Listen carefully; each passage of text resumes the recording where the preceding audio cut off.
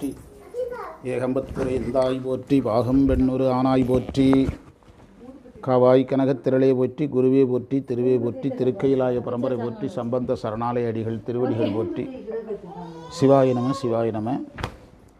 இந்த பேட் இருந்தாலும் கொடுத்து விடுங்கள். திருவடிகள் போற்றி. அப்பர் சுவாமிகள் அருளிய தேவாரம் 4ஆம் திருமுறை, பதிகை எண் 31, தலம் திருக்கடவூர் வீரட்டம். அதுதானே? எத்தனாவது மந்திரம்? 9வது மந்திரம் பார்க்கணும். 8 வரைக்கும் பார்த்துருக்குறோம். 8வது பற்றிலா வாழ்க்கை வாழ்ந்து, ரொம்ப முக்கியமான பதிகம். இதெல்லாம் அப்படி ஒரு நாள் ஒரு நல்ல பன்னிசை பாடுறவங்களை வச்சு, இதில் 9வது மந்திரம் சேலினேர் அணைய கண்ணார் அப்படிங்கிற மந்திரம். பொருள் எழுதுங்க. 8வது மந்திரத்திற்கான 8 தானே, 9 தானே?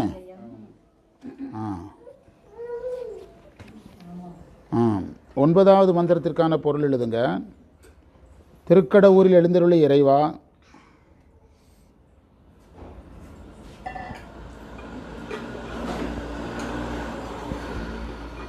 கையில் இந்த பக்கம் கொடுமா, சிற்றின்ப நாட்டை இந்த பக்கம் தாத்தாட்ட கொடு, தாத்தா கையில் கொடுமா. நல்ல பிள்ளை, கையில் ஒரு நல்ல பிள்ளை கொண்டாங்க தந்துருமா. அப்படியா? சிற்றின்பத்தை விட்டு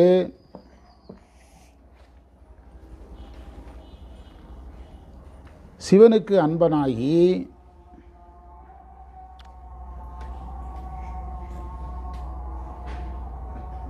சிவனை பஞ்சகவியம் முதலவற்றால் அபிஷேகம் செய்து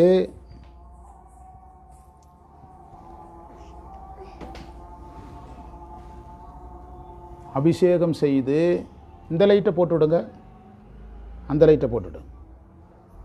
அபிஷேகம் செய்து போடுங்க, வரும். இதை எந்த லைட் எரியுதோ அதுதான். உலக மயக்கத்தை போக்கி, அந்த லைட் அவங்களுக்கு நேர் மேலே இருக்கல, அந்த லைட்டு. மற்றெல்லாம் நினச்சிருங்க. அவ்வளோதான். ஓகே. அது இந்த லைட்டு 2 போதும். இது வேணுமா? கலரில் வரும்.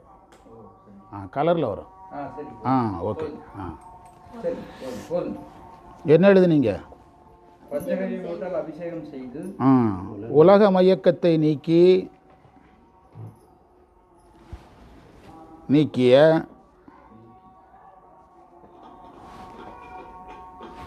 மார்க்கண்டேயருக்காக யமனை உதைத்தவர் இறைவன்.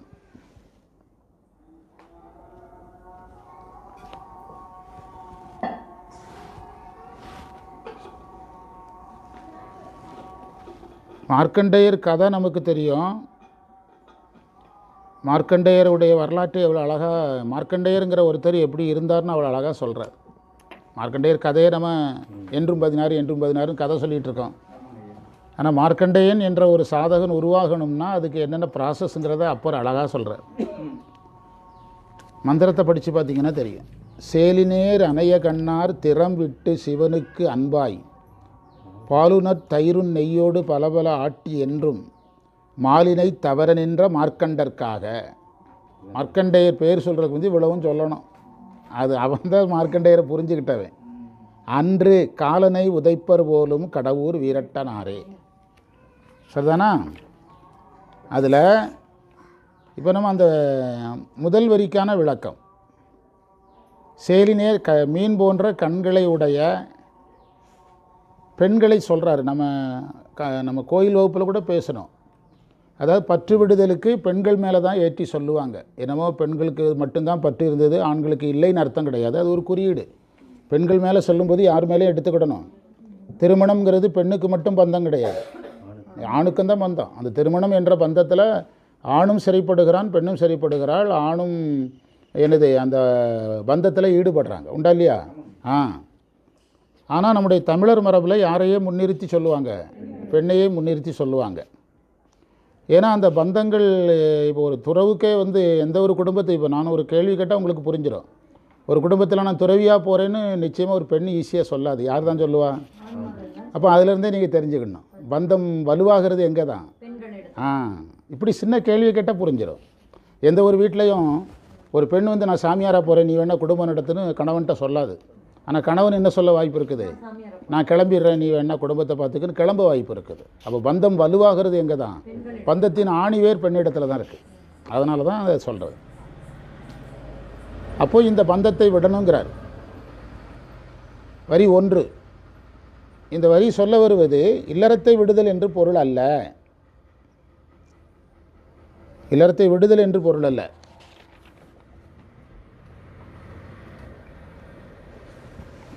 இல்லறத்தில் அழுந்துதலை தான் கண்டிக்கிறார். நாயன்மார்கள் எல்லாம் இல்லறத்தில் இருந்தாங்க, இல்லறத்தில் என்ன செய்யலை, அழுந்தலை. இல்லறத்தில் அழுந்துதலை கண்டிக்கிறார். அவ்வாறு அழுந்தாதவர் மார்க்கண்டேயர்னு எடுக்கணும். அப்படி எல்லாத்தையும் மார்க்கண்டேயர் மேலே கொண்டு போகணும். அவ்வாறு அழுந்தாதவர் மார்க்கண்டேயர்.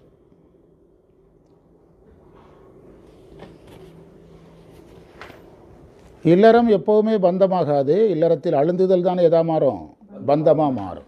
அது ரொம்ப கவனமாக நம்ம புரிஞ்சு படிக்கணும். அதை மறுவு பெண்ணை மறக்க வேண்டும்னு வள்ளலார் சொல்லலை. மறுவு புரிஞ்சிட்டவங்களுக்கு இவ்வளோதான் விஷயம். பெண் ஆசையை மறக்க வேணும். அந்த ஆசை தான் அழுந்துதலாக மாறும். வள்ளலாருமே யார் மேலே தான் ஏற்றுறார் பார்த்தீங்களா, பெண்கள் மேலே தான் ஏற்றுறார் பார்த்தீங்களா. பட்டினத்தாரும் அப்படியே தான் ஏற்றுவார். அதை முதல் செய்தியாக புரியணும். ரெண்டாவது ஒரு அழகான முதல் வரியிலே போட்டார், சிவனுக்கு அன்பாய். அதாவது நம்முடைய அன்பு இரண்டு நெறியில் செல்ல வழி இருக்குங்கிறது அப்பர் கோட்பாடு. ஒன்று இல்லறத்தில் அழுந்துதல், இன்னொன்று சிவன் மேல் அழுந்துதல். மார்க்கண்டேயருடைய அன்பு யார் மேலே போயிட்டு, இதுதான் அதில் செய்தி. ஒரு சிவனடியார் எனக்கு ஃபோன் பண்ணார் இன்றைக்கு தான். ஒரு அம்மா, ஒரு லேடி, ஈரோடு மாணவர். அந்த மாணவர் ஒரு கேள்வி கேட்குறாங்க. எனக்கு எப்பவும் இதே கேள்வியை திரும்ப திரும்ப கேட்பாங்க. அவங்களுக்கும் கேட்டு கேட்டு போரடிச்சு, எனக்கும் பதில் சொல்லி போரடிச்சிட்டு ஒரு வெறுமையாகவே தெரியுது எனக்கு. எல்லாமே எதெடுத்தாலும் வெறுமையாக தெரியுது அப்படின்னு சொல்கிறாங்க அந்த அம்மா. ரொம்ப அதிக வயசுக்காரங்கெல்லாம் கிடையாது, வெறுமையாக தெரியுது அப்படிங்கிறாங்க. இந்த சைவத்தில் பயணிக்கும் போது வெறுமை கட்டாயம் தெரியும். அந்த தெரிகிற நேரம் எதுனா அதிகாலை நேரத்தில் என்னமோ இழந்த மாதிரி இருக்கும். காலையில் நம்ம எந்திரிக்கிறோம் பார்த்திங்களா, அந்த நேரத்தில் எதையோ நம்ம இழந்த மாதிரி இருக்கும். அதனால தான் காலையில் எந்திரிக்கும் போது சில மந்திரங்களை சொல்லிட்டு எந்திரிங்கன்னு சொல்கிறது. அதனால தான் அன்றைக்கி இருக்கிற பொறுப்புகள் அதெல்லாம் ஞாபகம் வரும். அதில் சாத்தியமான பொறுப்புகள், சாத்தியமாகாத பொறுப்புகள் எல்லாம் சேர்ந்து எப்போ ஞாபகம் வரும், அப்போ அந்த ஒரு வெறுமை தெரியும். என்னமோ நம்மளே எல்லாத்தையும் சுமக்கிற மாதிரிலாம் வரும். அப்போ நான் அந்த அம்மாட்ட சொன்னேன், ரொம்ப தீவிரமான செய்வர் அந்த அம்மா. நான் சொன்னேன், ஒரு பக்கம் உலகம் வேண்டாங்கிறீங்க, அப்போ அது வெறுமை தானே. இன்னொரு பக்கம் இறைவன் வேணுங்கிறீங்க, ஆனால் இறைவன் அடைஞ்சிட்டிங்களா, அப்போ இங்கேயும் வெறுமை தானே. அப்போ உங்களுக்கு எந்த ஃபீலிங் அதிகமாக இருக்கும், அந்த வெறுமை ஃபீலிங் அதிகமாக இருக்கும். எல்லோரும் எனக்கு இருக்குதுன்னு சொன்னேன். நாங்களும் அதை கடந்து வந்தவங்க தான். அந்த அம்மா நம்பவே மாட்டுக்கு. நான் நிறைய உதாரணங்கள் சொன்னேன். அதுக்கு நான் என்ன செய்கிறதுனா, நீ ஒன்றும் செய்யக்கூடாது, எப்பவும் செய்கிறது செஞ்சுக்கிட்டே இரு. இப்போ ஒரு குழந்தை இருக்குது, மகப்பேறு டாக்டர்கிட்ட மாதம் தோறும் இந்த குழந்தைய காட்டணும். இப்போ கையிலலாம் அந்த மாதிரி செக்கப்புக்கு நீ போனால, கையில் பொள்ளாச்சிக்கு போனியா, மகதி போகிறாளா, அந்த போகணும். டாக்டர் டெய்லி எடை போட சொல்கிறாரா, எப்போ எடை போடுறாங்க, போனால் போடுறாங்க. ஆனால் அந்த குழந்தையினுடைய எடை கூடுதுங்கிறது உண்மை தானே. அதே மாதிரி நீங்கள் அந்த சாதனத்தில் மேலே வர்றது உங்களுக்கு தெரியாது. நீங்கள் நம்ம மேலே வரல, வெறுமையாக இருக்கும், அதெல்லாம் உங்களுக்கு தேவையில்லாத வேலை. உங்கள் வேலையை நீ பார்க்கணும். அப்போ நான் என்ன செய்கிறது, வேறு எதாவது ஒன்றும் செய்ய முடியாது. நீங்கள் அதுக்காக 2 மணி நேரம் பூஜை பண்ணுவீங்களா? பூஜை பண்ணிட்டா போயிருமா ஒரே நாளில்? சிவனுக்கு பூஜை பண்ணுறதுக்குன்னு ஒரு நேரம் இருக்குது, அவ்வளோதான் பண்ணணும். அனுஷ்டானத்துக்குரிய நேரம், சமயத்துக்குரிய நேரத்துக்குள்ளே முடிக்கணும். அதுக்கு மேலே நேரம் எடுத்தாலும் அது கவனங்கள் செதறி வேறு தேவையில்லாத எண்ணங்கள் தான் வரும். சாமியும் பிடிச்சி உட்கார வச்சு, சீக்கிரம் முடிங்கப்பா, நான் என்னையும் ஒரு வேலைங்க, நீனும் உருப்படியாக எதையும் செய்யும், ஃபோனை பேசிட்டு அதை பேசிட்டு தானே சொல்லுவார். முதல்ல என்னையை எந்திரிக்க விட்டுன்னு சொல்லுவார்ல. அப்புறம் அந்த அம்மாட்ட சொன்னேன், அந்த நேரத்தில் தோன்ற உதாரணத்தை சொன்னேன். நம்மலாம் ஒரு பெரிய 5 ஸ்டார் ஹோட்டல்காரங்க கிடையாது, நம்ம ஒரு போண்டா வியாபாரி மாதிரி. சாலையோரத்தில் போண்டா போட்டாச்சு, மழை வந்துட்டு, நம்ம உடனடியாக 5 ஸ்டார் ஹோட்டல் உடனே அடுத்த நிமிஷம் கட்டிட முடியுமா? ஓரமாக நின்று மழை நின்று பிறகு போண்டா விற்க பார்க்கணும். இல்லைனா அந்த போண்டாவை யாருக்கா சும்மா கொடுக்கல நம்ம திங்கணும். நாளைக்கு அதே போண்டாவை தான் போட முடியும். உடனே அடுத்த நாள் நம்ம போண்டா போட்டால் மழை வந்துடுதுன்னு நம்ம ஸ்டார் ஹோட்டல் என்ன செஞ்சிட முடியாது, கட்டிட முடியாது. உங்களுடைய ரெகுலர் வேலையை நீங்கள் செய்யுங்க, அது தானாக என்ன செய்யும், மாறும். ஆமாம், பயம் வரும்போதெல்லாம் அஞ்சுவது யாதொன்றுமில்லை, அஞ்ச வருவதில்லை சொல்லுங்கள். எப்போவும் நற்றுணையாவது துணை இல்லைன்னு ஃபீல் வரும்போதெல்லாம் நற்றுணையாவது நமச்சிவாய சொல்லுங்கள். நேற்று கரூர்லேயும் நேற்று ஞாயிற்றுக்கிழமை தானே கரூர்லேயும் இதே தான் பாடம். இதை சொல்லுங்க அப்படின்னு சொல்லி அன்றைக்கி முடித்து வச்சேன். மத்தியானம் நேற்று கூப்பிட்டது, தாராபுரத்தில் இருக்கும்போது சனிக்கிழமை கூப்பிட்டது, நேற்று தான் இன்றைக்கி மத்தியானம் தான் திரும்பவும் கூப்பிட்டது, பதில் சொன்னேன். எதுக்கு சொல்கிறேன்னா, இந்த மந்திரத்தில் இருக்கிற ஸ்டேஜுக்கு நம்ம போக முடியாது. அதுக்கு தான் சொன்னேன். ஒன்றை விட சொல்கிறாரு, ஒன்றை பிடிக்க சொல்கிறாரு. நமக்கு ஒன்றை விட கூட தெரியும் சார், பிடிக்கிறதுக்கு லேட்டாகும், பிடிக்க லேட்டாகும். புரியுதா? அதுதான் அவர் இதில் இந்த மந்திரத்தில் சொன்னது. அதாவது யார் மேல் அன்பாகணும்? இறைவன் மேல் அன்பாகணும். இறைவன் மேல் நம்ம அன்பு காட்டுறதுல எந்த தடையும் இல்லை. இறைவன் நம்மளை கைதரவல்ல கடவுளுங்கிற இடத்துக்கு மாணிக்கவாசகர் சொன்ன மாதிரி கை தரணுமெல்லாம். நம்ம கூப்பிட்டோம்னா ரெடியாகி வாரேம்பார். என்ன சொல்லுவார்? நீ ரெடியாகு வாரேம்பார். நீங்கள் ஒரு டாக்ஸியை கூப்பிட்டீங்கன்னா, சார் லக்கேஜெல்லாம் எடுத்து ரெடியாக இருங்க, நீங்கள் ட்ராவலுக்கு ரெடினா வாரேன்னு சொல்லுவார். உண்டா இல்லையா? நான் நீங்கள் வண்டியை கொண்டு வந்து நிறுத்துங்க, அதுக்கு பிறகு நான் ரெடியாகிறேன்னு சொல்ல முடியாதுல்ல. அதைத்தான் அந்த சிவபெருமானுக்கு அன்பனாயினார். சிவபெருமானுக்கு அன்பு காட்டி பாலுணல் தயிர் நெய்யோடு பல பல ஆட்டி என்றும். வரி 2 கிரியை, வரி 2 சண்டி சார்ந்த. இவர் மார்க்கண்டேயர் எதில் ஈடுபட்டதை சொல்லுது? கிரியையில் ஈடுபட்டதை சொல்லுது. அப்போ கிரியையில் ஈடுபட்டார்னா சரியில் ஈடுபட்டார் என்று பொருள் வந்துடும். கிரியையில் ஈடுபட்டாலே சரியில் ஈடுபட்டதாக எடுத்துக்கொள்ளணும். அந்த நிலையற்ற இன்பத்தில் அவருக்கு நாட்டம் இல்லை. வரி 1 வாங்க சிவார்ப்பணம். குருவே போற்றி, குருவே போற்றி. வரி 1 நிலையற்ற இன்பத்தில் அவருக்கு நாட்டம் இல்லைன்னா பற்றற்ற நிலைக்கு அவர் போயிட்டார். அப்போ எது முடிஞ்சிட்டுன்னு அர்த்தம்? யோகம் முதிர்ந்துட்டுன்னு அர்த்தம். ஒரு மந்திரத்துக்குள்ளே இந்த 4ஐயும் எடுக்க தெரியணும் சார், அதுதான் முக்கியம். நிலையற்ற இன்பத்தில் பற்று விடணுங்கிறாரு, விட்டாருங்கிறாரு. அப்படின்னா யோகம் முதிர்ந்த நிலை. சிவன் மேல் அன்பு வைத்தார்னா என்ன நிலை? ஞான நிலை. சரியகிரிய யோகம் 4மே அதுக்குள்ளே இருக்குது. பஞ்சகவியத்தால் நீராட்டுதல் என்பது கிரியை. கிரியை சொன்னால் நீங்கள் சரியை சொன்னால் கிரியை சொல்லக்கூடாது, கிரியை சொன்னால் சரியை சொல்லிக்கலாம். ஏன்னா அதுக்கு கீழே தான் இருக்குது. அது கீழே தான் இருக்குது. இதில் யோகம் எதுன்னா, அவர் அந்த நிலையற்ற இன்பத்தில் பற்று போயிட்டுன்னு சொல்கிறதுனால பற்று போகாத ஒருவனுக்கு யோகம் கிடையாது. அப்போ என்ன முதிர்ந்திருக்குது? யோகம் முதிர்ந்தது. அன்பை யார் மேலே வச்சார்? அப்போ ஞானம் ஈசன்பால் அன்பே என்று சொல்கிறதுனால ஞான நிலைக்கு அவர் போயிட்டார். அதனால தான் வரி 3 என்ன வார்த்தையில் ஆரம்பித்தார்? மாலினை தவிரனர். என்ன நீ என்ன விட்டிருந்தார்? மயக்கம் அவருக்கு இல்லை, மயக்கம் இல்லை. 4ஆம் திருமுறை 31வது பதிகம் 9வது மந்திரம். அவருக்கு என்ன இல்லை? மயக்கம் இல்லை. மயக்கம் இல்லைனாலே ஆணவமலம் ஒடுங்கின நிலை தான் மயக்கமே போகும். மயர்வர நந்தி முனிகணத்து அளித்த, பாயிரத்தில் படிக்கிறீங்கல்ல, மயர்வரம் நந்தி முனிகணத்து அளித்த கல்லால் நிழல் மலைவில்லார், மலைவு இல்லார் படிக்கிறோமல்ல, மயக்கம் இல்லாதவர். எனவே மயக்கம் இல்லாது நின்ற மார்க்கண்டேயர். மார்க்கண்டேயருக்கு மார்க்கண்டேயர்னா எனக்கு தெரிஞ்சு என்ன சொல்கிறாங்கன்னா எல்லாரும் சொற்பொழிவாளர்கள், அவர் சிவபூஜை தொடர்ந்து செஞ்சார். இந்த கோயிலில் அவர் இந்த 108வது கோயில் அவர் வழிபாடு செய்யும்போது இறைவன் அருள் செய்துட்டார். அப்படி மட்டுமே பொருள் எடுக்கக்கூடாது. அது ஒரு பொருள், அவ்வளோதான். அதுவும் ஒரு பொருள். அப்போ 108 கோயில் வரிசையாக கும்பிட்டுட்டா இறைவன் வந்துடுவாரா? மார்க்கண்டேயன் வர இறைவன் வந்துடுவாரா? அவன் திரும்பவும் இன்னொரு 108 கோயில் போகும்பார். என்னென்ன மீதி இருக்கிறத முடிச்சு 274 முடி பார்க்கலாம் பார். அப்படி தானே? மார்க்கண்டேயர் அந்த வழிபாட்டில் செய்தது கிரியையை தவிர அவர் எல்லா மார்க்கங்களையும் முடித்து வச்சுருந்தார். எதை முடிச்சு வச்சுருந்தார்? மார்க்கங்களை எல்லாம் கம்ப்ளீட் பண்ணிட்டார். ஆமாம், எல்லா கோர்ஸும் கம்ப்ளீட்டு. சரியை கோர்ஸு கம்ப்ளீட்டு, கிரியை கம்ப்ளீட்டு, யோகம் கம்ப்ளீட், ஞானம் கம்ப்ளீட். அதனால் யார் வந்தார்? இறைவன் வந்தார். இல்லைன்னா உங்களுக்கு கோயில் கணக்கு கிடையாது. இல்லைன்னா காலத்தை கடத்தி அழைச்சிட்டு போக முடியுமா? காலத்தை கடக்கணும்னா வித்யா தத்துவத்துக்கு வெளியே கொண்டு போகணும். வித்யா தத்துவத்துக்கு வெளியே கொண்டு போகணும்னா சாதாரண யோசித்தா அந்த பிரளயாகலர் சகலர் விஞ்ஞானகலர் ரேஞ்சில் குவாலிட்டி இருக்கணும். விஞ்ஞானகலருக்குரிய தகுதி இருந்தால் தான் காலத்தை கடத்தி கொண்டு போக முடியும். அப்படி தானே? கால தத்துவம் எங்கே இருக்குது? வித்யா தத்துவத்துக்குள்ளே இருக்குது. சரிதானே? ஆனால் சிவ தத்துவத்துக்குள்ளே தான் என்ன இல்லை? காலம் இல்லை. இப்படிலாம் யோசிச்சிங்கன்னா மார்க்கண்டேயர் மேலே உள்ள பார்வையே நமக்கு மாறும். இந்த பூசலார் கதையை சொன்னேன் நாங்கள் கரூரில். ரொம்ப ஆச்சரியமாக கேட்டாங்க. ஒருத்தர் செல்ஃபோனில் எடுத்து அப்படி பார்க்குறாரு, எடுத்து என்கிட்ட கொண்டு வந்து காட்டுறாரு. என்ன சார் ஆசட்டை மாசட்டை இப்படியெல்லாம் நம்ம யாரையும் யோசிக்கலை. என்னமோ ஒரு கிராமத்தில் ஒருத்தர் இருந்தார், மனக்கோயில்கிட்ட ஆசைப்பட்டார், பிரதோஷத்துக்கு கோயில் போகிறவர், கூட ஒரு நாள் போனாருங்கிற மீனிங்கில் தான் நம்ம யாரை பார்த்துட்ருக்குறோம்? பூசலார் பார்த்துட்ருக்கோம். மார்க்கண்டேயருக்கு இது அழகான மந்திரம்.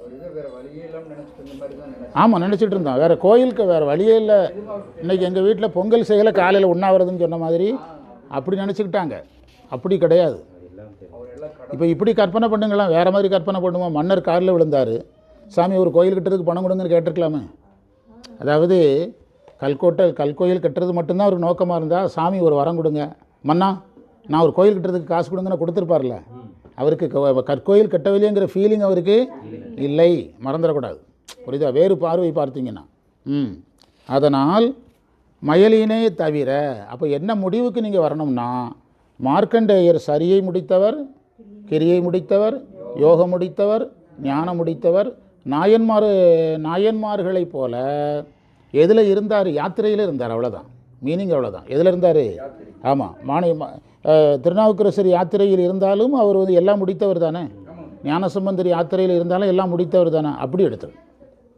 அப்படி எடுத்து மாலினை தவறு நின்ற மார்க்கண்டற்காக அன்று காலனை உதைப்பர் போலும் கடவுர் வீரட்டனாரே என்று சொல்கிறார். மார்க்கண்டேயருக்காக காலனை உதைத்ததை நம்ம இதில் பார்க்குறோம். இதில் என்ன செய்தி வருதுன்னு பார்க்கலாம். அந்த உரையில் ஏதாவது செய்தி இருக்கான்னு பார்க்கலாம். மால் மயக்கம் தவிர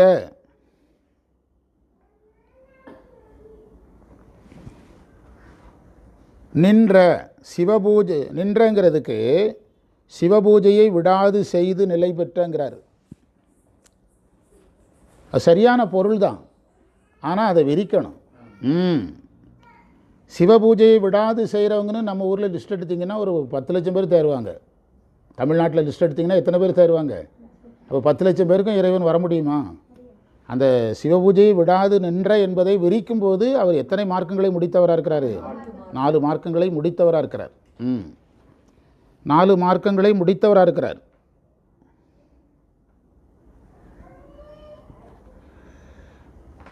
அதில் 6ஆம் திருமுறையில் அப்பர் சொல்கிறார், 59வது பதிகத்தில் நம்ம பேசுனது அதிலேயே வருது. 6ஆம் திருமுறையில் 59வது பதிகம் 7வது மந்திரத்தில் காலனை உதைத்தார்னு சொல்லலை, காலந்தன் காலம் அறுப்பாருங்கிறார். காலந்தன் காலம் அறுப்பாருங்கிறார். அப்போ இனிமேல் மார்க்கண்டேயரை பேசும்போது ஒரு கதை போக்கில் என்ன செய்திடக்கூடாது? சொல்லிடக்கூடாது. இதையெல்லாம் சேர்த்து சொல்லணும். அவருக்கு நிலையற்ற இன்ப தேடுதல் இல்லை, அதை விட்டுட்டார். அன்பை சிவன் மேலே வைத்தார், இறைவனுக்கு அபிஷேகம் பண்ணார், மயக்கம் இல்லாதவராக இருந்தார். அதனால் யார் வந்தா? சிவபெருமான் வந்தார். பூஜை பண்ணுறதுக்காக எல்லாம் வர்றதுன்னா டெய்லி 10 பேருக்கு வர வேண்டியது வரும். 10 பேருக்கு வர வேண்டியது வரும். அப்படி அது காரணம் அல்ல. புரியுதா? அது காரணம் அப்படின்னு எடுத்தோம்னா உங்களுக்கு சித்தாந்த கோட்பாடுகளே தகர்ந்து போயிடும். அடுத்து 10வது மந்திரத்துக்கு போகிறோம். 10வது மந்திரத்தில் அயன்மால் என்னும் இருவருடன்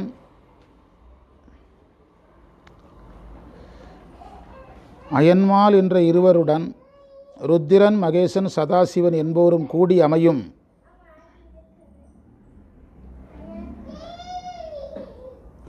நம்ம பேசினதெல்லாம் அதில் வருது. அந்த மந்திரத்தில் இவ்வளவு நேரம் நம்ம கஷ்டப்பட்டு கட்டின பில்டிங்கை அவரே கட்டித்தாரார்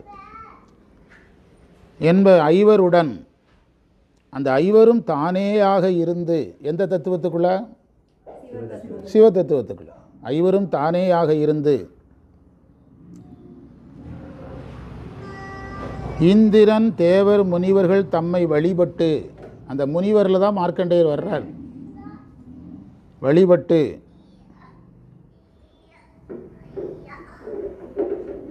இன்பம் நுகரவும். மார்க்கண்டேயர் என்ன நுகர்ந்தவர்? இன்பம் நுகர்ந்தவர். இன்பம் நுகரவும்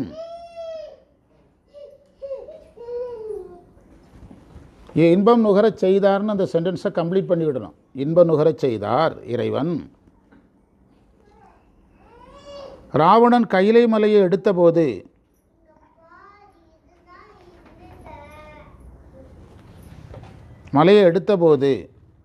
அவன் வலிமையை அழித்து பாடல்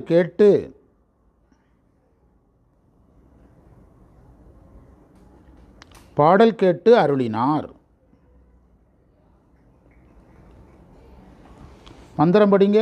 முந்திரு இருவரோடு, முந்திரு இருவர்னா அயன்மால், மூவரும் ஆயினாரும். அதாவது ருத்ரன் இல்லை, ருத்ரன் அந்த அப்படி சொல்லக்கூடாது. முந்துரு இருவரில் அயன்மாலை கொண்டு வந்துடணும். அவங்க 2 பேரும் தனியாக சொல்லிடணும். அதுக்கு பிறகு தனியாக யாரை சொல்லணும்? ருத்ரன், மகேஸ்வரன், சதாசிவன் சொல்லணும். புரிஞ்சிட்டா? முந்துரு இருவரோடு மூவரும் ஆயினாரும். படைப்பாய் காப்பாய் துடைப்பாய் போற்றி, ஆக்குவாய் காப்பாய் அழிப்பாய் அருள் தருவாய் போக்குவாய். அதெல்லாம் சிவன் மேலே ஏற்றுறார் பாருங்க மாணிக்கவாசகர். ஆக்குவாய் காப்பாய் அழிப்பாய் அருள் தருவாய், ஒரே கடவுள் மேலே 5ஐயும் ஏற்றுறார். அதே தான் இங்கே அந்த 5ஐயும் ஏற்றுறாரு தான். மூவரும் ஆயினாரும். இந்திரனோடு தேவர் இருடிகள் முனிவர். மார்க்கண்டேயர் எதில் வருவார்? இருடிகள் பட்டியலில் வருவார். மார்க்கண்டேயரை சொல்கிறாருன்னு நான் சொல்ல வரல. இறைவன் இந்திரனுக்கு இன்பத்தை கொடுக்குறாரு, தேவர்களுக்கு இன்பத்தை கொடுக்குறாரு, இருடிகளுக்கு இன்பத்தை கொடுக்குறாரு என்பது தான் 9ஆம் மந்திரத்தோடு தொடர்பு படுத்தி படிக்கலாம். அந்த இருடிகள் பட்டியலில் யாரை வச்சு பார்க்கணும்? மார்க்கண்டேயரையும் வச்சு பார்க்கலாம். மார்க்கண்டேயரை தான் சொல்கிறாருன்னு நான் சொல்லலை. தேவரும் இருடிகள் இன்பம் செய்ய, அந்த வார்த்தை தான் நம்ம 15 நிமிஷம் பேசின பாடம். சைவத்தில் இன்பங்கிறது எப்போ? சரியிலையா, கிரியையிலையா, யோகத்திலே, ஞானத்திலையா? ஞானத்தில். புரியுதா? அந்த இன்ப நிலையை இங்கே வைக்கிறார். ஞானத்தில் ஞானம்னு எடுத்துக்கிடணும். ஞானத்தில் ஞானம் என்று எடுத்துக்கொள்ளணும். அதாவது பொதுவாக எப்போவுமே சரியைன்னு நம்ம சொன்னாலே ஞானத்தில் சரியைனே தான் போகணும். இப்போது நமக்கு எடுக்கும்போது சரியை கிரியை யோகம் ஞானம்னு எடுக்கணும். திருமுறை சித்தாந்தத்தில் சரியைனாலே ஞானத்தில் சரியை தான், கிரியைனாலே என்னது தான் ஞானம். இப்போ அப்பரை பற்றி பேசுகிறீங்கன்னா ஞானத்தில் சரியைன்னு சொல்ல வேண்டியதில்லை. சரியைனாலே என்னது தான்? ஞானத்தில் சரியை தான். சரியா? நம்ம பற்றி சொல்லும்போது எது தான் சொல்லணும்? நமக்கு ஞானம் அடைமொழி கிடையாது, நமக்கு வெறும் சரியை தான். மார்க்கண்டேயருக்கு எது தான்? அவர் அதை சரியை செஞ்சார்னு, பாலபிஷேகம் பண்ணார்னு வருது, ஞானத்தில் கிரியை. அப்போ அதுக்கு முன்பு சரியை செஞ்சுருப்பார், ஞானத்தில் சரியை. அவர் பற்றுகளை விட்டுருக்கிறார், ஞானத்தில் யோகம். அவர் இன்பத்தை அனுபவித்தார், ஞானத்தில் ஞானம், மயக்கம் நீங்கினார். இப்படி நீங்கள் பார்க்கும்போது என்ன ஆகும்னா, உங்களுக்கு திருமுறை பேசும்போதெல்லாம் சித்தாந்தம் ஞாபகம் வரும், சித்தாந்தம் பேசும்போதெல்லாம் திருமுறை ஞாபகம் வரும். அப்போ நம்ம அழகாக ஒரே மைண்ட் செட்டிங்கில் எதிலே இருந்துகிட்டு லைவ்லே இருக்கலாம். எங்களுக்கு கரூர் வகுப்பில் 100 மாணவர்கள் சேர்ந்துருக்கிறாங்க. ஃபோட்டோலாம் போட்டுட்ருக்குறோம். ஃபோட்டோ போட்டு பார்க்கலையா நீங்கள்? குரூப்பில் போட்டிருக்கிறோமே, நான் கேட்டு சொல்கிறேன். கேட்டு எந்த குரூப்பில் போட்டாங்கன்னு தெரில. இல்லை போட்டாங்க, எதில் போட்டாங்கன்னு தெரில. நிறைய மாணவர்கள் சேர்ந்துருக்கிறாங்க. அவங்களுக்கு நூலும் திருமுறை சார்ந்தது தானே. பன்னீர் திருமுறை வரலாறு, சைவ சமய வரலாறு தானே. ஃபுல்லாக திருமுறை பெரிய புராணம்லாம் சொல்லி ரொம்ப உற்சாகமாக கேட்டாங்க. திருமுறை நிறைய சொல்லணும். இந்திரனொரு இருடிகள் இன்பம் செய்ய வந்து 20கள் தோளால் எடுத்தவன் வலியை வாட்டி இகந்தவனா கந்திருவங்கள் கேட்டார் கடவுர் வீரட்டனாரே. அந்த ராவணனை வாட்டி அவனுடைய வலிமையை என்ன செய்தார்? இசை பாடலை கேட்டார். கேட்டார்னா இசை பாடலை கேட்டார்னு அர்த்தம். சரியா? அதில் ஏதாவது பொருள் உங்களுக்கு தேவைப்படுதான்னு பார்க்குறேன். அதாவது காந்தாரத்தை கந்தாரம் என்றது போல கந்திரம் என்றார் அப்படின்னு சொல்கிறார்.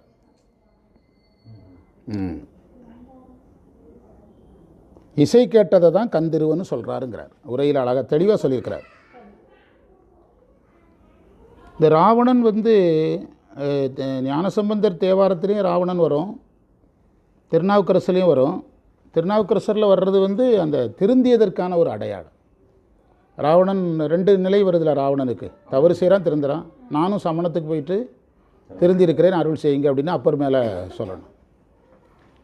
ஞானசம்பந்தர் ராவணனை தன் மேலே இணைக்க மாட்டார். திருநாவுக்கரசர் ராவணனை யார் மேலே இணைப்பார்? தன் மேலே இணைப்பார். சரியா? அவனும் தப்பு செய்தான், தண்டனை கொடுத்தீங்க, திருந்தினான். நானும் எங்கே போனேன்? சமணத்துக்கு போனேன், சைவத்துக்கு வந்தேனுங்கிறத அந்த 10வது மந்திரத்தில் வைப்பார்னு ஒரு குறிப்பு நம்ம ஆதீன நூலில் இருக்குது. இந்த சைவ சமய வரலாற்றில் இருக்குது.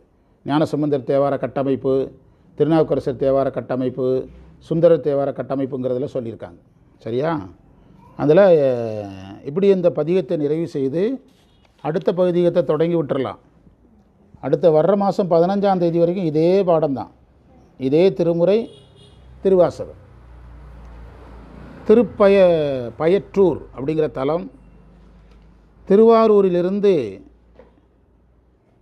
சிவபெருமானை வழிபட்டுட்டு திருவிற்குடி, திருப்பயற்றூர் முதலிய தலங்களுக்கு வர்றார்.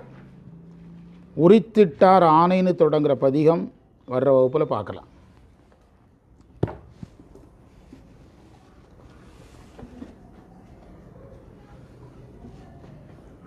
திருவாரூர் வந்து நம்முடைய மடத்துலேருந்து எத்தனை கிலோமீட்டர் வரும்? திருவாரூர் 6 கிலோமீட்டருங்கிறார் ஒருத்தர், நம்ம சிவனடியார் ஒருத்தர்.